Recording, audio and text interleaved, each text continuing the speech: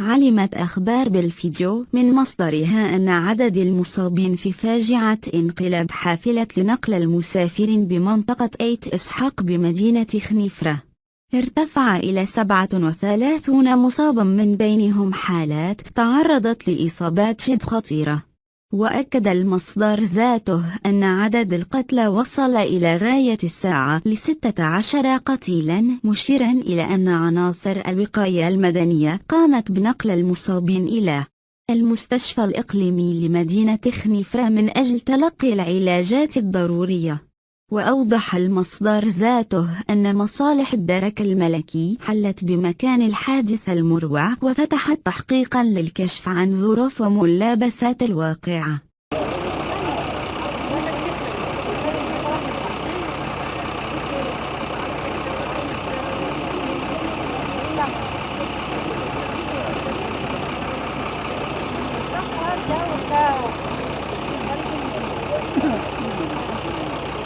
كيفاش وقعت من الحادثه ومن كنتي غادي فين؟ اخويا جيت معايا غير خليفره وغادي تيغسلني، غادي نزل تيغسلني وانا غادي غير من العلام. انا والدي غير من العلام وانا راه سلم وجمعه سميتي وهذا ما عطى الله.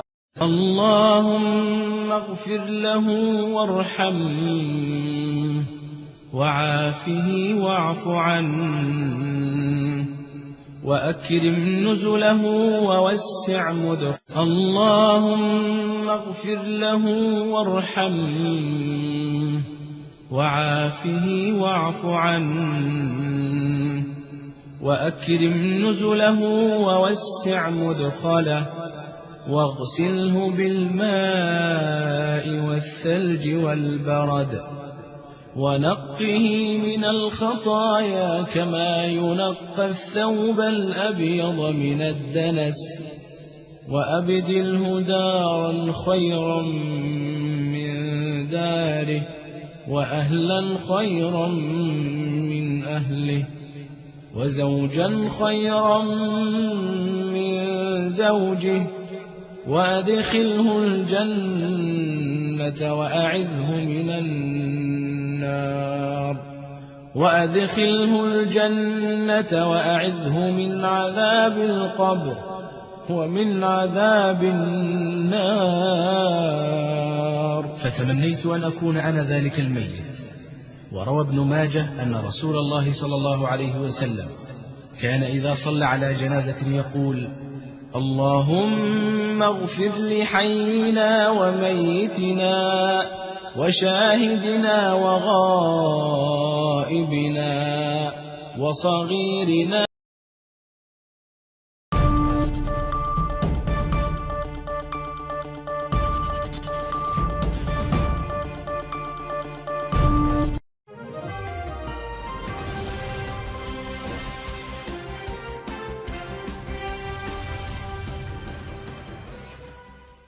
قامت الفرقة الوطنية للشرطة القضائية بمدينة الحسيمة صباح يوم الاثنين بإيقاف أحد أشهر وأبرز نشطاء الريف، ويتعلق الأمر بنبيل أحمجيق.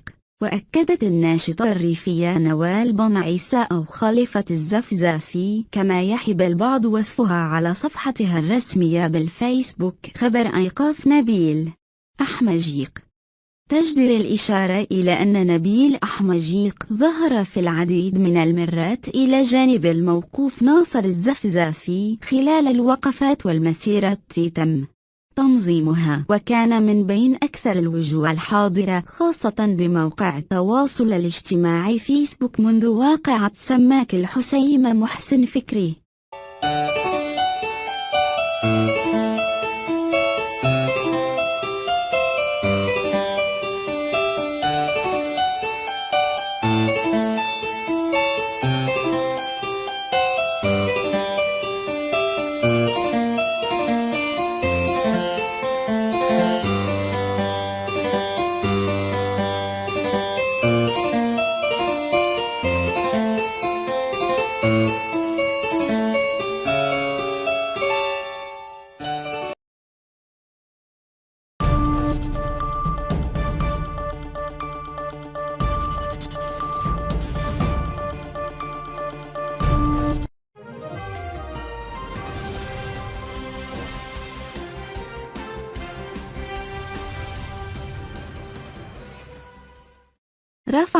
الممثل هشام بهلول طلبا إلى الملك محمد السادس يدعوه فيه إلى التدخل بشكل مباشر لإيقاف حراك الريف، وجاء في الرسالة: أتوسل إليكم بإصدار أوامركم للمسؤولين من أجل الاستجابة للمطالب الاجتماعية والاقتصادية المشروعة والتي كانت السبب وراء تحرك المطالبين بها. الحادث الذي ذهب ضحيته المرحوم بإذن الله محسن فكري، الحادث الذي لم يتم التعامل معه بالجدية والقوة التي يفرضها القانون من أجل إحقاق الحق وتحقيق العدالة، فالقضاة كما يعلم الجميع يصدرون الأحكام باسم جلالتكم.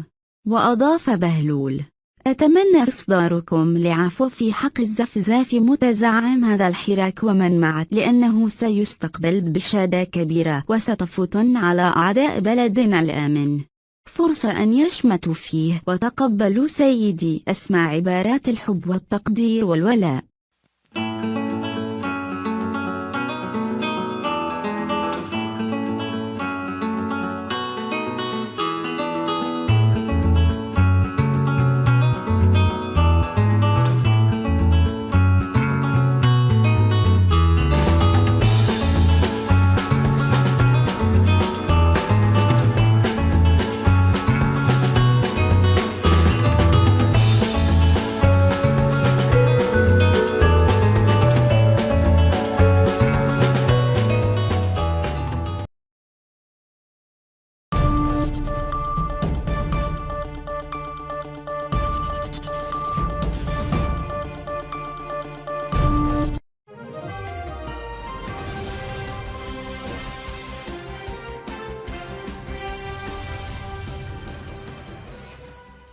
علمت أخبار بالفيديو أن الممثل طارق البخاري جرى توقيفه أمس السبت بثانوية فاطمة الفهري بعين الشق في الدار البيضاء من قبل المندوب الجهوي للتعليم بعد نشر صورة على صفحته الرسمية في الفيسبوك في قاعة الامتحان الجهوي للسنة أولى بكالوريا.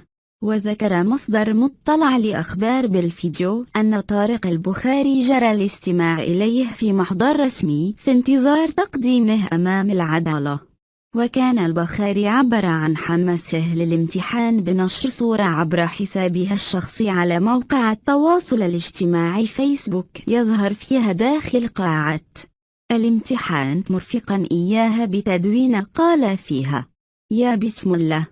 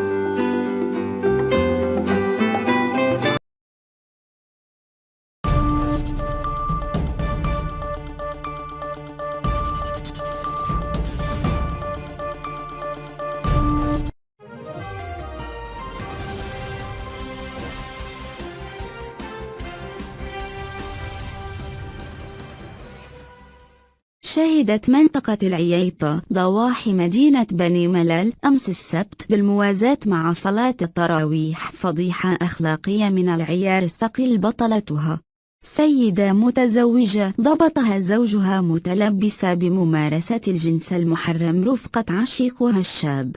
وحسب ما توصلت به أخبار بالفيديو من مصدرها بهذا الخصوص، فإن الزوج ومباشرة بعد ذهابه إلى المسجد عقب وجبة الإفطار تفاجأ باتصال من أحد جيرانه يفيد بأن شابا يوجد داخل منزله برفقة زوجته، ما دفع بالزوج إلى إبلاغ مصالح الدرك الملكي التي حلت بعين المكان، وأوقفت الزوجة وعشيقها متلبسين بالخيانة. وأوضح المصدر ذاته أن الزوج وعشيقها تم الاستماع لهما في محضر رسمي اعترف خلاله بوجود علاقة بينهما ليتم وضعهما تحت تدابير الحراسة النظرية بإشراف من النيابة العامة. ومن المنتظر أن يتم صباح غد الاثنين إحالتهما أمام الوكيل بالمحكمة الابتدائية بمدينة بني ملال.